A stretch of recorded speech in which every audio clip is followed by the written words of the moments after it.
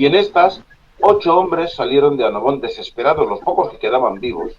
Salieron en un cayuco a las costas africanas a denunciar, a buscar la manera de denunciar. Y por suerte llegaron a la costa de Gabón.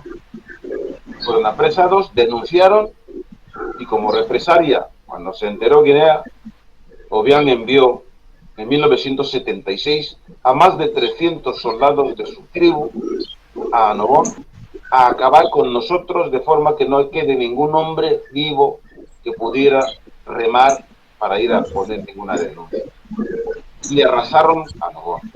Desde los 15 años hasta los 75, todos secuestrados, atados de pies y manos, y los llevó a las plantaciones de cacao a trabajar en Guinea Ecuatorial. Y Annobón, la parte que quedó allí, que solo quedaban mujeres violadas, porque en estas, los soldados de Obiang obligaron a todas las niñas del colegio, los reunieron en el ayuntamiento, en una sala del ayuntamiento, y una a una fueron violándolas, a todas. Las pocas que consiguieron huir al día siguiente fueron de puerta en puerta, delante de sus padres, de sus abuelos, de sus hermanitos, sometiéndolas a ese tipo de brutalidad. Asesinaron a 2 hombres que se opusieron a ver esto en directo en su propia casa, y con la culata del mosquetón lo reventaron la cabeza. Es decir, que no solo violaron, no solo lo abusaron, no solo sometieron a este tipo de crimen, sino también cometieron crimen en directo delante de sus familias. Y así hemos soportado hasta 1993, que la discriminación hizo que fuéramos a Annobón a hacer una protesta entre los estudiantes para que también nos dieran una beca, porque no nos permitían acceso al trabajo, acceso a la administración, ni acceso a ningún tipo de poder en Guinea Ecuatorial. Y en esta manifestación de Annobón, delante de nosotros, asesinaron a 2 compañeros nuestros, y a nosotros, yo tuve que entregarme después de ver la masacre que volvían a repetir con las niñas, que ya lo habían vivido en el 76, con 10 años, lo estaban repitiendo en el 93, y tuve que entregarme. Ahí fue cuando me cogieron, y entre 5 o 6 soldados me convirtieron en la pelota del momento. Patadas, escupitajos, palos, hasta que perdí el conocimiento. Me ataron de pies y manos, me colgaron de un árbol y me arrancaban las uñas con un trozo de hierro. 3 uñas perdí en esta brutalidad de Guinea Ecuatorial. Tortura no, lo siguiente, delante de mi madre, hasta que se desplomó la pobre mujer y se fue llorando a casa. Os estoy contando una barbaridad, no todas. Este es el extremo que yo puedo contar, porque lo que hicieron conmigo lo han repetido con muchísimos guineanos. Pero en este caso, en este punto concreto, de ver cómo desvaneces colgado de un árbol y un soldado encima de mi espalda saltando hasta que la cuerda entró, cerró los conductos de la sangre, y ahí me quedé. Estuve 12 horas muerto. Al día siguiente, cuando recuperé la vida, estaba en el suelo, en medio de una charca de sangre, cubierto de tierra. ¿Y por qué cubierto de tierra? Porque era el mecanismo que teníamos para coagular la sangre, porque no tenemos ni hospitales, ni farmacia, ni medicamentos, ni nada. Y cuando te das con una piedra y te arrancas las uñas porque vivíamos sin zapatos, lo que hacemos es llenarlo de tierra para coagular la sangre. Y es lo que hicieron los compañeros que también estaban magullados de palita, me cubrieron de tierra para coagular la sangre por si acaso volviese. Y volví para hoy estar contándolo al mundo de que el terrorismo que hay en Guinea Ecuatorial traspasa todos los límites posibles. Y tener a un presidente de facto que lleva 47 años en el poder matando, esto no es de recibo que los países que le están apoyando siguen hablando de derechos humanos. Hay que cambiar esto o vamos a desaparecer. Por eso, en 2021, solicitamos oficialmente a Guinea Ecuatorial la autonomía de gestión para poder dirigir nuestro, por lo menos crear una economía que permita vivir a la gente. Lo que hizo Guinea Ecuatorial es incrementar de 12 militares que tenía violando a las niñas, lo mandó más de 500 soldados y ahora está mandando familias de ocupación colonial para justificar que Anobón también es Guinea, cuando los últimos 50 años no ha habido ninguna familia, ni bugis, ni fan de Río Muni, que viviera en Anobón, porque no reúne las condiciones. No se puede vivir en un sitio donde no tienes ni para comprar una pastilla de jabón para lavar la ropa, ni para comprar unas chanclas para los pies, ni para comprar unos calzoncillos, no hay nada. Y si te enfermas, a masticar la hierba de la abuela, porque no hay hospital, no hay farmacia, no hay educación, no hay luz y no hay sanidad ni educación. Por tanto, lo que estamos denunciando no es un capricho, sino la necesidad de sobrevivir, de existir, porque estamos en peligro. Nuestra lengua está siendo perseguida. Ya no podemos hablar de anobonés y además la deportación permanente, masiva y además sistemática obliga a todos los anoboneses a vivir en Guinea, porque a los 12 años ya no hay colegio, tienes que ir a Guinea. A los 12 años, si tu hija ya le sale el pecho, tienes que sacarla de ahí rápido antes de que la violen, porque la van a violar. Y en estas estamos. Porque nuestra lengua, porque nuestra cultura, porque nuestras vidas ya penden de un hilo, que si no logramos nuestra libertad vamos a desaparecer. Y en estas venimos a España a pedir socorro. Y hemos levantado el remo, que es el elemento cultural de petición de socorro cuando estamos en alta mar. Y España, de momento, no nos ha mirado. Y hemos mirado en el mapa de dónde venimos, nuestra historia, de dónde somos y por qué no tenemos contacto con ningún país africano. Porque Portugal nos lo cortó y porque España lo que hizo es juntar pueblos, entre comillas, pero previamente nos llevó al Virreinato de Río de la Plata. Y fuimos a buscar a nuestros hermanos, blancos y negros, afrodescendientes, llámense como sea, pero son los únicos con los que tenemos una lengua en común, con los que tenemos un pasado colonial común, y los únicos que hoy ya tienen la libertad de poder tendernos una mano. Creo que tienen la obligación moral de no dejar morir a un pueblo, de no dejar desaparecer a un pueblo por un fanático sin vergüenza que lleva matando hace más de 56 años.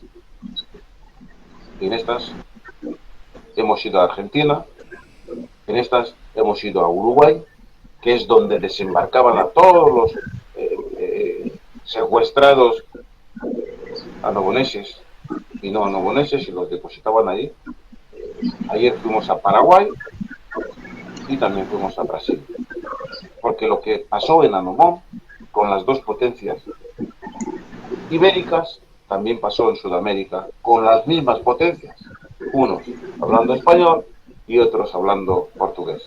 En el caso de Anobón hablamos lo mismo, las dos lenguas, la misma cultura, juntado en un pueblo pequeñito, en un enclave históricamente estratégico que es la isla de Anobón. Y somos el resultado de todo ese pasado triste, pero que nos da fuerza, resiliencia, un honor para seguir luchando por una libertad que se nos ha negado desde que llegaron los portugueses en 1471, que se dice pronto. Jamás hemos podido vivir en paz, sin haber hecho nada a nadie. Orlando, qué bonito. Disculpame un segundito. El interés nuestro es escucharte a ti, toda esa historia, toda esa realidad y ni que hablar el presente de un pueblo que está siendo oprimido de todas las maneras y anormalidades que podemos imaginar, por lo que nos estás contando. Yo ahora los quería invitar porque vamos escuchando y surgen algunas interrogantes. Entonces para hacerlo al estilo charrúa, pero también darle una organización. Vamos a ir tomando la palabra en círculo. Nuestros ancestros siempre hablaban en círculo y como corre la energía en el hemisferio sur, de derecha a izquierda, así que intervine para plantearles eso. Cuando hace la pausa Orlando, entra Néstor, si tiene alguna interrogante, si no pasa, después viene Roberto, si tiene algún dato, alguna interrogante, si no pasa, después me toca a mí y ahí volvemos a Orlando. Evidentemente que queremos escucharte a ti, las intervenciones nuestras van a ser chicas, pero sí para ir aclarando un panorama que lo venís pintando realmente funesto, esa realidad que ni hablar, la apoyamos esa lucha y queremos estar esta vez contigo y que nos tengas al tanto, esperando que sea por algún avance, algún hecho concreto que sea favorable a tu pueblo. Orlando, te paso la palabra. Muchas gracias, muchas gracias. Bueno, pues que estaba contando un poco por encima todo, pero debido a la situación marginal, a la situación de vulnerabilidad, a la discriminación, al aislamiento, estamos sufriendo desde 1968 un genocidio lento que nos impide progresar, impide a la población aumentar, porque nos están matando de hambre, de sed, de educación, de falta de todo. Tuvimos que pedir la autonomía de Guinea, un país dictatorial, pero necesita de que los pueblos de Anobón, por ejemplo, y de Fernando Po tengan una autonomía, porque son pueblos, son islas que están muy lejos, que no tienen frontera con nadie, y que una decisión política colonial del franquismo, de la época de la dictadura de 40 años que tuvo Franco, los unió. Por tanto, solicitamos la autonomía y nos respondió con el incremento de militares, con la barbaridad de violaciones sistemáticas y abusivas a las menores de edad. Y con ello tuvimos que avanzar hacia la declaración unilateral de independencia en 2022, el día 8 de julio concretamente.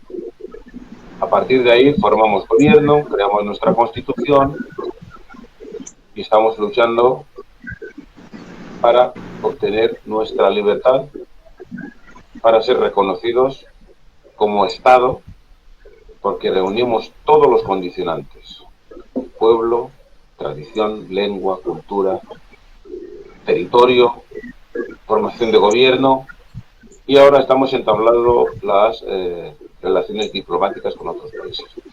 Y tenemos una ventaja, que son nuestros hermanos de Sudamérica los que nos tienen que tender una mano, porque nos están matando en África. Nosotros no somos del Golfo de Guinea, y tampoco pertenecemos a Guinea.